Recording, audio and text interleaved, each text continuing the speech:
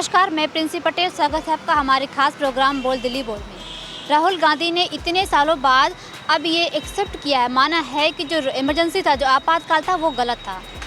राहुल गांधी को इतने साल क्यों लग गए हैं इस बात को मानने में कि जो आपातकाल था वो गलत था, जबकि पूरी दुनिया कह रही है कि आपातकाल गलत था। देश के हर एक नागरिक कह रहा है कि आपातकाल गलत था, पर राहुल गांधी को इतने साल लग गए हैं। इसी पर आज हम लोगों से जानेंगे कि उनकी क्या राय है। पता नहीं ऐसा क्यों हुआ। जब हुआ था तब हम लोगों ने कितना कहा कि ये गलत है, गलत है, गलत है, पर वो मानने को तैयार ही नहीं हुए। अब अचानक से ऐसा क्या हो गया जो उन्हें तब का काम किया हुआ अब गलत लगने लग गया। इस बात का तो जवाब मिलना ही चाहिए, ज़रूर की ज़रूर। और हम सब इंतज़ार कर रहे हैं कि कब इस बात का जवाब हमारे पास आएगा। प्लीज़ आंसर कीजिए। और क्या आपको लगता है आपातकाल उन्होंने माना कि गलत था? तो दंगे हुए थे, जो सिख दंगे हुए थे, उसको भी वो मानेंगे अब ये तो देखो अपने अपना देखने का नज़रिया होता है। किसी को वही चीज़ सही लगती है, किसी को वही चीज़ गलत लगती है। हम समझ रहे हैं शायद दंगे हैं, पर उनकी नज़र में वो शायद दंगे ना हो, अपने लिए हो, एक बात रखने का एक तरीका हो। तो मैं इस चीज़ को बिल्कुल जज नहीं करना चाहती, पर जो उन्होंने अब ये कहा है कि वो चीज़ गलत है, तो उन्हें अपना नज़रिया अब हमें स्पष्ट रूप से क्लियर कर देना चाहिए। एक्चुअली जो अब सिनेरियो चल रहा है, कहीं ना कहीं उस परिप्रेक्ष्य में देखते हुए और कुछ पिछली जो इंस्टेंसेस हुई, जो घटनाएं हुई, तो उन्होंने जब रियलाइज़ किया तो कहीं ना कहीं उनको लगा जो भी हुआ शायद गलत हुआ वो, तो एटलीस्ट उन्होंने एडमिट किया है वो। लेकिन वो कह रहे हैं वो उस टाइम का माहौल कुछ और था। वो कंपेयर कर रहे हैं जो आज की सिचुएशन है उससे, और प्रीवियस जो सेम कंपेयर कर रहे हैं लोग, वो उसमें कह रहे हैं कि वो परिप्रेक्ष्य अलग था, ये परिप्रेक्ष्य अलग है।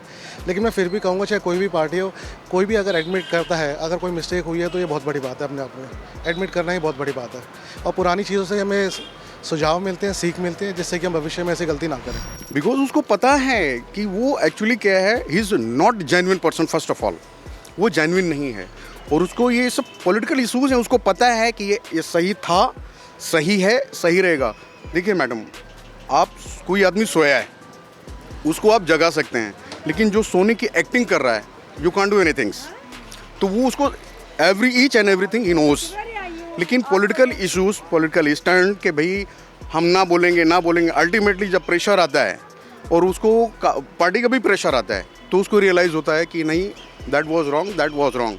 तो ये तो यही हो गया। अभी कल उसने अपने अगेंस्ट ऑफ अपने पार्टी में खुद बोला कि मेरे पार्टी के लोग ही मुझे प्रॉब्लम क्रिएट कर रहे हैं। तो in short moral of the story, he is a unmatured person. देखिए, उसको सब कुछ मानता भी है, लेकिन एक्सेप्ट नहीं करेगा वो, बिल्कुल नहीं करेगा। जबकि उसका दिल कुछ और बोलता है, माइंड कुछ और बोलता है। और माइंड उसका ऐसा है कि एक मेरा छोटा सा बेटा है 9 साल का, आप उसके साथ में डिबेट करवा दीजिए, लाइव है, आपका ऑडियंस देखेगा, आप उससे डिबेट करवा दीजिए। मेरे बेटे के सामने वो बात नहीं कर सकता। उसने चैलेंज किया था कि मोदी जी को मैं 15 मिनट, मोदी जी हमसे हमारे सामने बात नहीं कर सकते। मेरे बेटे को मैं बोलता हूँ कि 9 साल का बेटा है, मेरे बेटे के साथ डिबेट करके दिखा राहुल गांधी। मैं बीजेपी से नहीं हूँ, मैं कांग्रेस से नहीं हूँ, माओवादी party, I am not politician, I am simple businessman.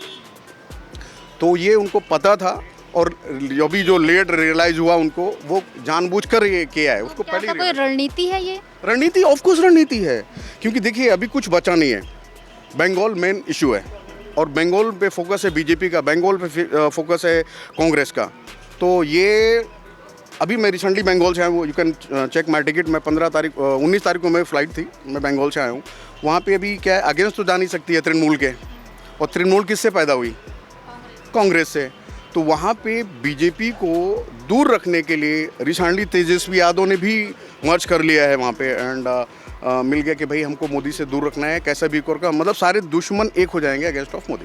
तो ये पॉलिटिकल इशू है। उन्होंने ये तो देखो, हमको पता ही है, जो उन्होंने दंगे हुए हैं, ठीक है, वो तो गलत ही थे, ठीक है, पर इतनी लेट रियलाइज़ करने की ज़रूरत नहीं थी उन्हें, ठीक है।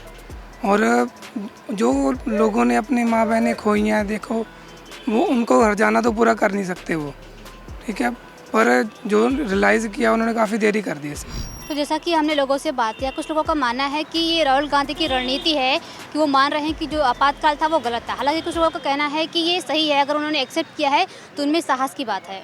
कैमरामैन राहुल के साथ मैं प्रिंसी पटेल, ABN न्यूज़, दिल्ली।